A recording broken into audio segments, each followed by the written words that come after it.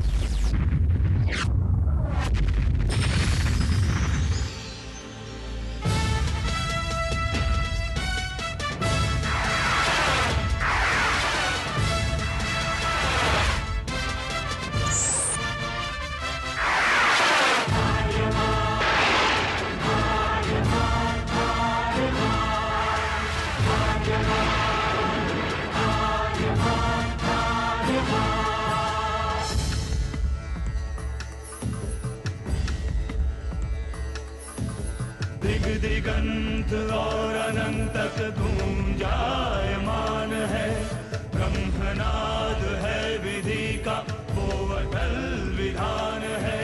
धर्म की अधर्म पर विजय का वो प्रमाण है।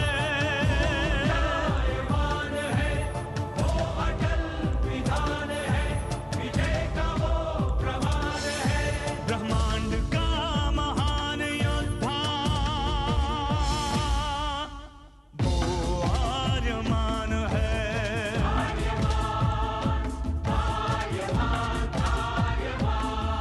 ब्रह्मांड का महान योद्धा वो आर्यमान है। आर्यमान है।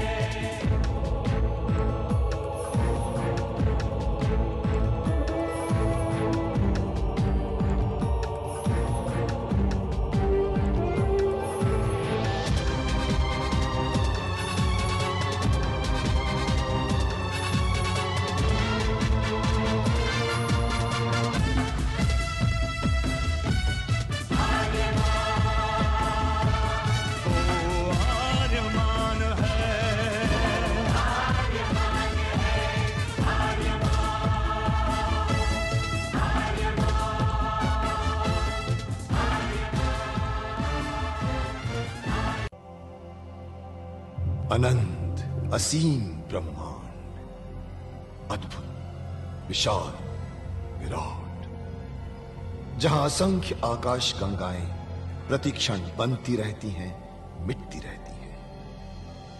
हर आकाश गंगा में होते हैं अनगिनत तारे, अनेकों सूरज, और सूरज के साथ होता है अपना सौर मंडल, जिसमें रहते हैं अनेकों ग्रह।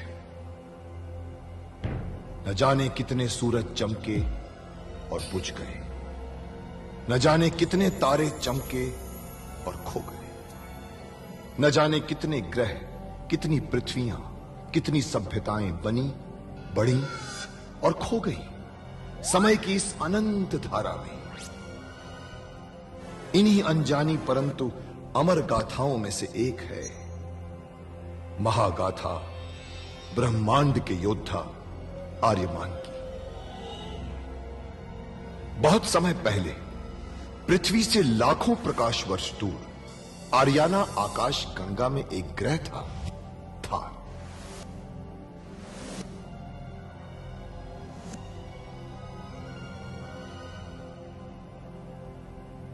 थार एक रेगिस्तान था, पानी की बूंद नहीं थी, फिर भी पूरे ब्रह्मांड के लिए मूल्यवान था थार, क्योंकि थार में थी ऐसी खाने जहां से दुर्लभ जीवनदायी पदार्थ निकलता था, जिसे थारस कहते थे। यह किसी भी ग्रह की जहरीली से जहरीली हवा को भी रासायनिक प्रक्रिया से प्राणवायु बना देता था, जीने के लायक बना देता था। कहावत थी, थारस जिसके वश में, पूरी आकाश गंगा उसके वश में। आर्याना आकाश गंगा की संरक्षक संस्था ओमियान के नियमों के अनुसार थारस को कोई भी व्यक्ति अपने वश में नहीं कर सकता था। यहां तक कि थार ग्रह का राजा जारांत भी नहीं। राजा होते हुए भी जारांत अपना राज्य गणतंत्र प्रणाली से चलाता था। खानों से निकलने वाले थारस का 25% भाग ही थार ग्रह के हिस्से में आता था। बाकी का हिस्सा ओसेक अंतरिक्ष संगठन में चला जाता था।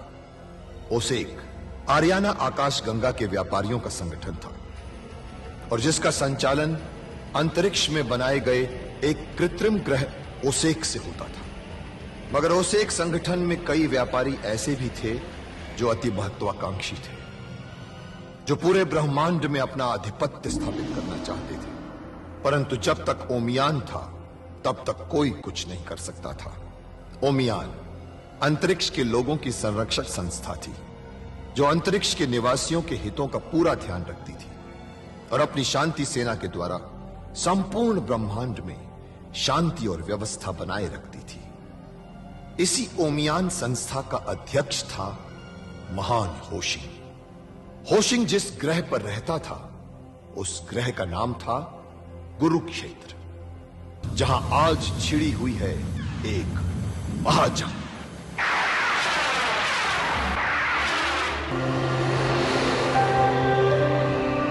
तो वो हम कुरुक्षेत्र के गुरुत्वाकर्षण सीमा से बाहर निकल आए और गुरु होशिंग के मुताबिक इस यान का संचालन मेरे हाथ में आ भी गया है, परंतु मेरे हृदय में कोई चित्र या मानचित्र अभी तक उभरा नहीं है जो हमें दिशा निर्देश दे सके। कोशिश करो और कोशिश करो आर्यमान, रास्ता मिलेगा, चित्र बनेगा और कोशिश करो। कोशिश कर रहा हूँ तो कोशिश कर रहा हूँ, मगर मेरे दिमाग में कोई चित्र नहीं उभरेगा। ऐसा लगता है कि मेरा दिमाग पूरी तरह से खाली है। तो ऐसी परिस्थिति में हमें उड़ना नहीं चाहिए, रास्ता बदल जाने का खतरा है आर्यमान। तुम ठीक कहते हो। ऐसे में मंजिल करीब आने के बजाय दूर चल जाएगी। तो फिर क्या करना चाहिए सूरज? हमें किसी नजदीक के ग्रह पर उतरना चाहिए और विश्राम करना चाहिए। जो वो यान का दिशा निर्देश बदल ये संकेत करते हैं कोई ग्रह हमारे काफी नजदीक है। चलो हम अपने यान को उस ग्रह की तरफ मोड़ते हैं। वहां पहुंचकर हम विश्राम करेंगे और फिर मेरे हृदय पटल पर अगर कोई मानचित्र निकलेगा तब यात्रा है। ठीक है? ठीक है।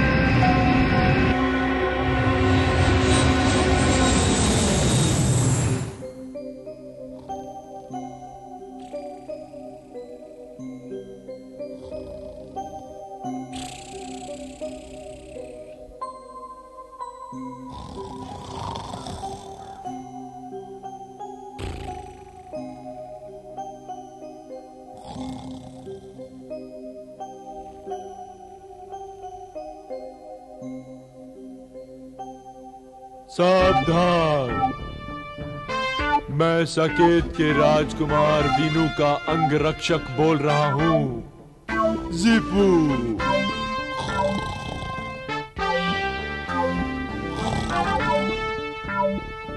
जिस किसी ने राजकुमार की नींद को भंग करने की कोशिश की, मैं उसके अंग भंग कर दूंगा। सावधान, कोई करीब आने की हिम्मत ना करे। राजकुमार सो रहे हैं, पर उनका अंग रक्षक महाबली जीपू जाग रहा है।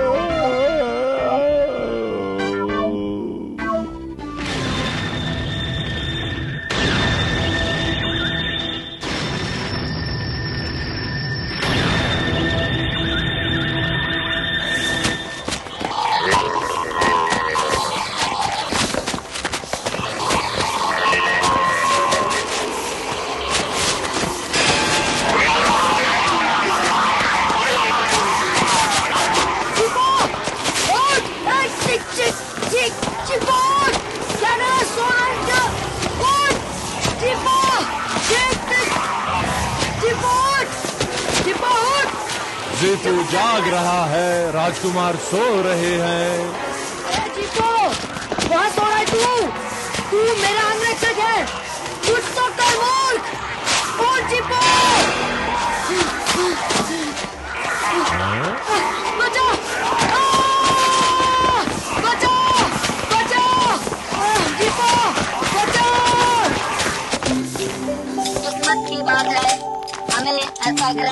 जहाँ प्राण वायु है, जो तुम्हारे लिए बहुत जरूरी है आर्यमान, वरना ऐसे ग्रह को तलाशने में बहुत समय लग जाता है। टोबो, बहुत सही कहा तुम। बचाओ मुझे! चिप्पो! ये आवाज किसकी? चिप्पो बचाओ! क्या कर मुझे? आओ टोबो। बचाओ! बचाओ!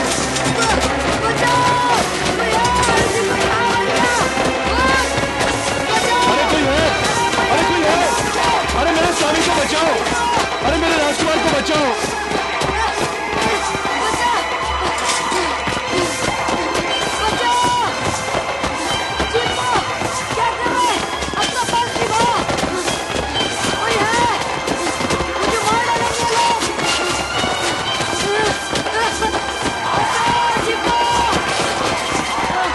अरे बचाओ कोई! अरे मेरे राजकुमार को बचाओ कोई!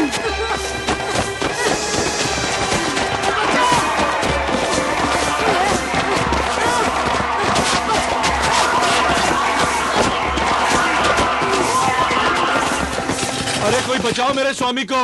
अरे कोई है जो मेरे स्वामी की रक्षा कर सके! अरे कोई बचाओ! इतना विशालकाय शरीर लेकर अपने स्वामी की रक्षा के लिए किसी दूसरे को क्यों बुला रहे हो? अरे यही सवाल तो मैं अपने आप से कई बार कर चुका हूँ कि मैं अपनी रक्षा नहीं कर सकता तो ये राजकुमार की रक्षा कहाँ से करूँगा? ये बच्चा कोई राजकुमार है? हाँ, ये राजकुमार है साकेत ग्रह का, पर अभी ये मुश्किल में है। बचाओ मुझे! ये लोग मुझे मार डालेंगे! कोई है?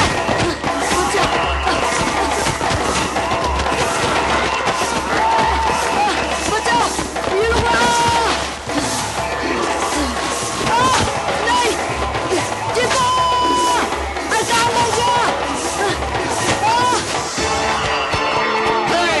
मुझे बचाओ! ये लोग मुझे मार डालेंगे! बचाओ! बचाओ! मुझे मार डालेंगे! अरे वो जमीन के अंदर लेके चले गए राजकुमार को। अरे कोई बचाओ! आर्यमान! आर्यमान! आर्यमान, हाँ, मेरा भाई। तुम्हारा भाई? तुम्हारा भाई तो बहादुर मालूम पड़ता है। तुम किस्मत वाले हो। परंतु ये सब लोग जमीन के अंदर कहाँ चले गए?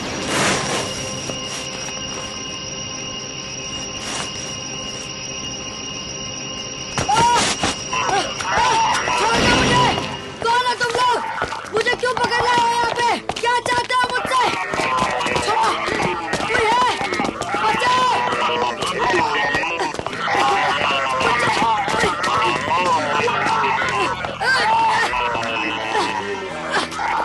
छोड़ो!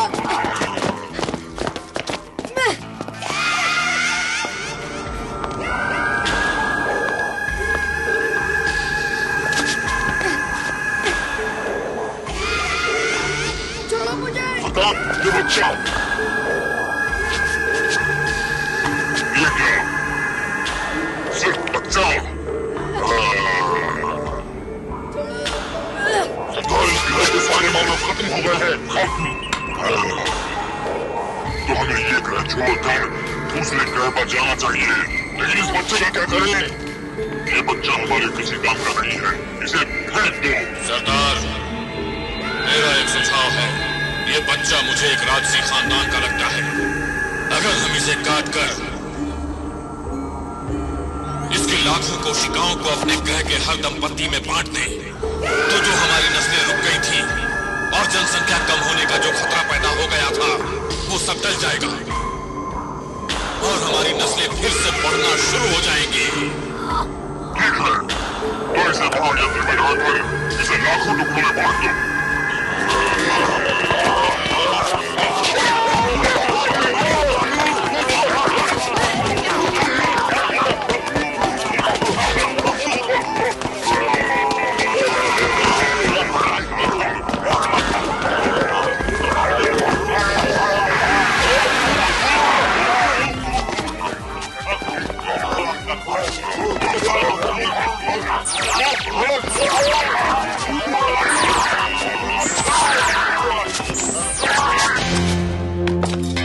मुझे बहुत चिंता हो रही है।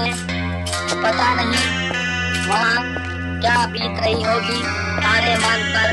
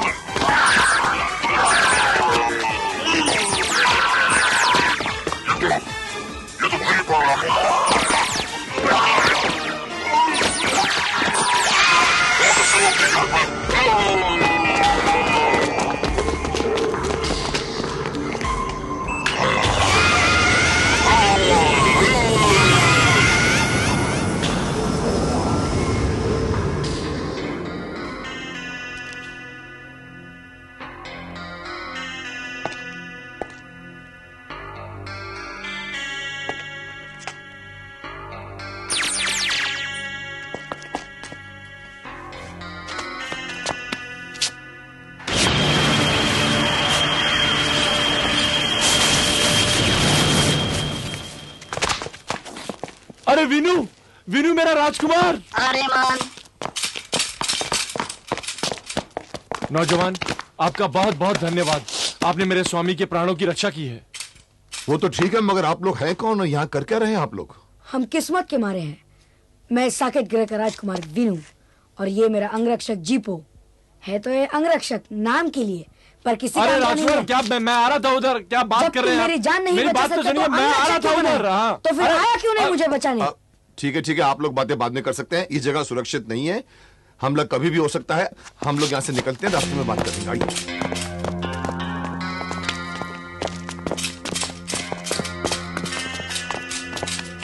चल जीपो, जल्दी कर, पैर जल्दी चला।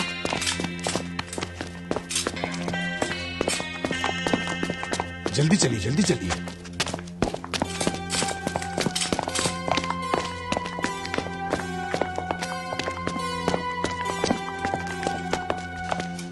आपका बहुत बहुत दोबारा धन्यवाद। मुझे बार बार धन्यवाद कहने की तुम्हें आवश्यकता नहीं पड़ती जीपो, अगर तुमने स्वयं अपने स्वामी की प्राण रक्षा कर ली होती। वो तो मेरा कर्तव्य है। यदि तुम्हारा कर्तव्य है तो फिर निभाया क्यों नहीं? वो क्या है ना कि मुझे डर लगता है। तुम्हें डर लगता है? हाँ। अरे लोगों को तुमसे डर लगना चाहिए जीपो। इतनी बड़ी काया लेकर घूमते फिरते रहते हो। वो क्या है कि मैं आप बिल्कुल ठीक कहते हैं, परंतु इसकी एक समस्या है। इसे अपनी शक्ति का एहसास तभी होता है जब इसे याद दिलाया जाए। नहीं नहीं नहीं, मेरी याददाश्त बहुत अच्छी है, पर मैं भूल जाता हूँ। माफ कीजिएगा, परंतु आपने अपने बारे में कुछ बताया ही नहीं। मैं आर्यमान, थार ग्रह का राजकुमार, और ये है मेरे बड़े भाई टोबो। ये आपके बड़े भाई हैं? क्या आपको कोई शक है? मेरे कद पर मत जाना, मैं सचमुच ही इसका बड़ा भाई हूँ। हाँ टोबो, ये लोग मान गए कि तुम ही मेरे बड़े भाई हो। अच्छा, अब आप लोग जाएंगे कहाँ? मुझे तो आप ही के साथ जाना पड़ेगा। क्यों? आपका कर्ज जो चुकाना है मुझे। कौन सा कर्ज? अपनी प्राण रक्षा का। अच्छा, और ये कर्ज आप चुकाएंगी कैसे? आपकी प्राण रक्षा करके। बहुत अच्छे। अच्छा जाइए, हमने आपको अपने इस ऋण से मुक्त कर दिया। अब आपको हमारी प्राण रक्षा करने की कोई आवश्यकता नहीं। नहीं, यह कदापि नहीं हो सकता। यह हमारे ग्रह की परंपरा है।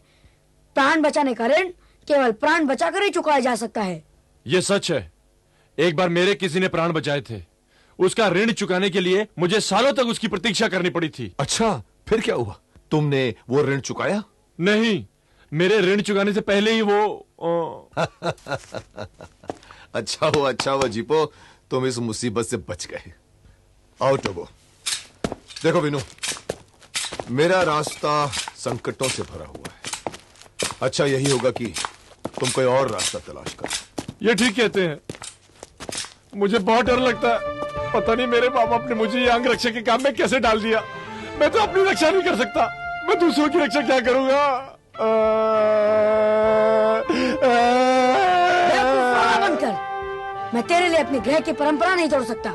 मैं केवल इन्हीं के साथ जाऊंगा ताकि मैं इनकी प्राण रक्षा कर सकूं। आपका अंग रक्षक होने के नाते मुझे आपके साथ चलना पड़ेगा। नहीं। हाँ नहीं। हाँ मैंने कह दिया नहीं। हाँ। यह मेरी आज्ञा है कि तू मेरा पीछा नहीं करेगा। नहीं राजकुमार, ऐसा मत करो राजकुमार। राजकुमार ऐसा मत करो राजकुमार। यह मेरी आज्ञा है और यह तुम्हें माननी ही पड़ेगी। अब जा। आर्यमान, आप मेरी सहायता करो। आर्यमान, आप कहो ना राजकुमार को।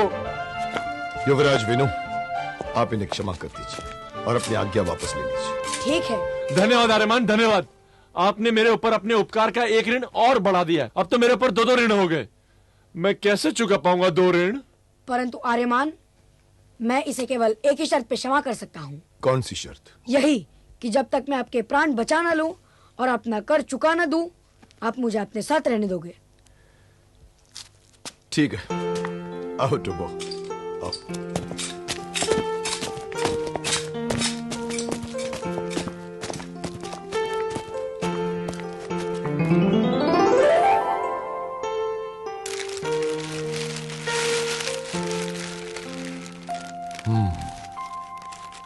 तो तुम साकेत ग्रह के राजकुमार हो।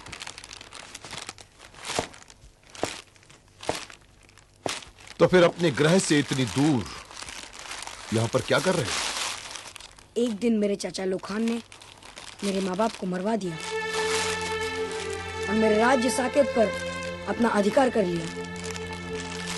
इसीलिए एक सेना इकट्ठी करने निकला हूँ ताकि मैं उस लोखान से बदला ले सकूं, उस पर आक्रमण करके अपना राज्य वापस ले सकूं।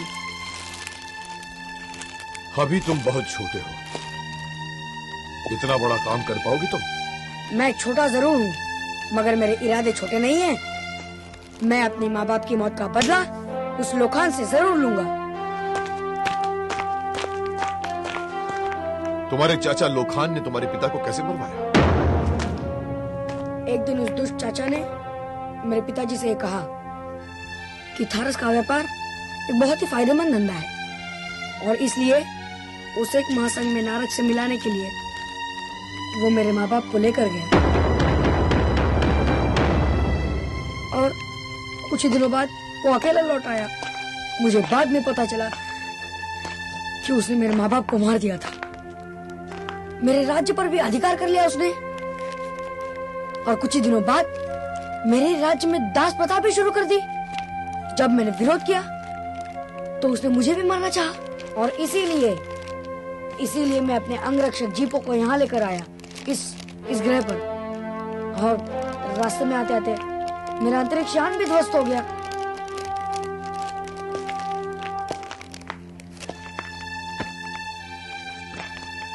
अब तुम क्या करोगे?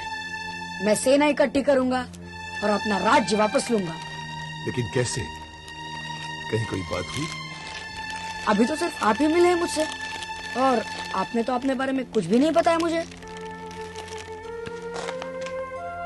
हम दोनों की उम्र में काफी अंतर है विनू, लेकिन हम दोनों की कहानियां एक सी। मैं किसी भी हालत में अपने राज्य को वापस लेके रहूंगा। अवश्य। जब इरादे मजबूत होते हैं विनू, तो कामयाबी हमेशा कदम चूमती है। मैं विनू का अंगरक्षक हूँ। मेरे होते हुए उसका कोई बाल भी बांका नहीं कर सकता। मगर मुझे बहुत डर लग रहा। लोखान मुझे मत मारना, लोखान मुझे मत मारना, मुझे बहुत डर लग रहा है।